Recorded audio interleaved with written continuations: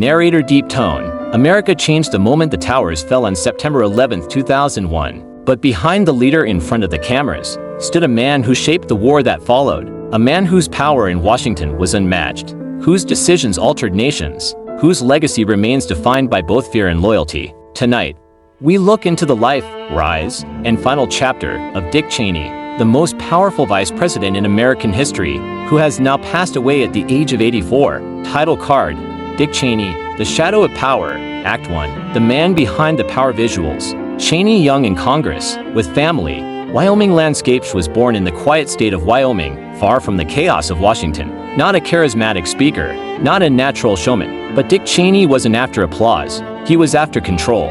From the halls of Congress in the 1970s, to the White House as Chief of Staff, to the Pentagon, where he oversaw the Gulf War in 1991, Cheney learned how power moves, silently. His heart, often weak, kept facing surgeries, but it never stopped him from climbing. In politics, he was unstoppable. Act 2, September 11th, the turning point visuals. 9/11's news clips, smoke rising, military rooms in the morning of 9/11's. The world shook. But inside a secure bunker beneath Washington, Cheney took charge. While President George W. Bush was still in the air, Cheney gave orders, including shoot-down authorizations. This was the moment America's war machine was unleashed, and Cheney had the blueprint. Act 3, the War on Terror visuals. Afghanistan invasion clips. Troops deployment. Cheney believed America had one mission: to destroy threats before they reached U.S. soil. Afghanistan was the first target, but not the last. Cheney pushed a strategy of new intelligence powers, wiretapping, and enhanced interrogation. Supporters called it protection, critics called it torture,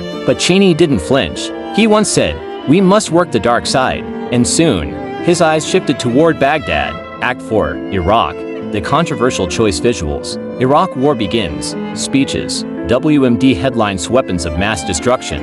That was the fear. Cheney insisted Saddam Hussein held them. He told America, "There is no doubt." In 2003, the U.S. invaded Iraq. The regime collapsed, but weapons were never found. The cost: millions of displaced families, hundreds of thousands of lives lost, and a region pushed into chaos that still burns today. For many, Cheney became the architect of a tragic war. For others, he remained the man who kept America safe from another 9/11s.